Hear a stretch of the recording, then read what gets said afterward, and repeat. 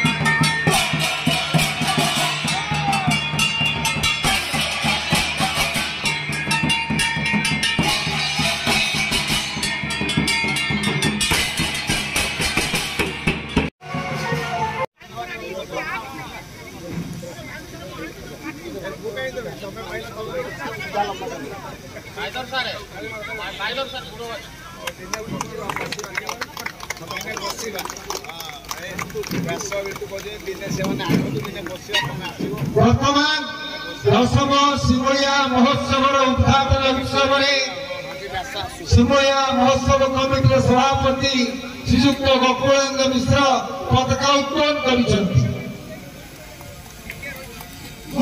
महोत्सव कमिटी तरफ अशेष